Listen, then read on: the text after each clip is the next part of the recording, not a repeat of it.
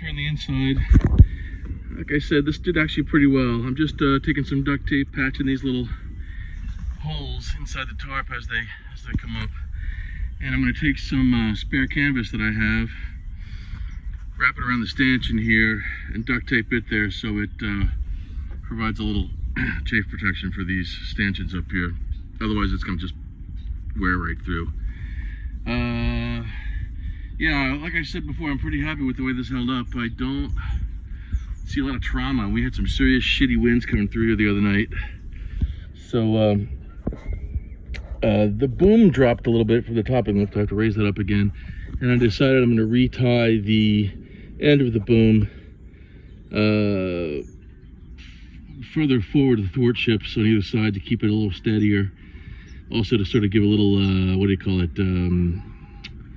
openness to the rear triangle back there. Anyway, I'll show you more in a second.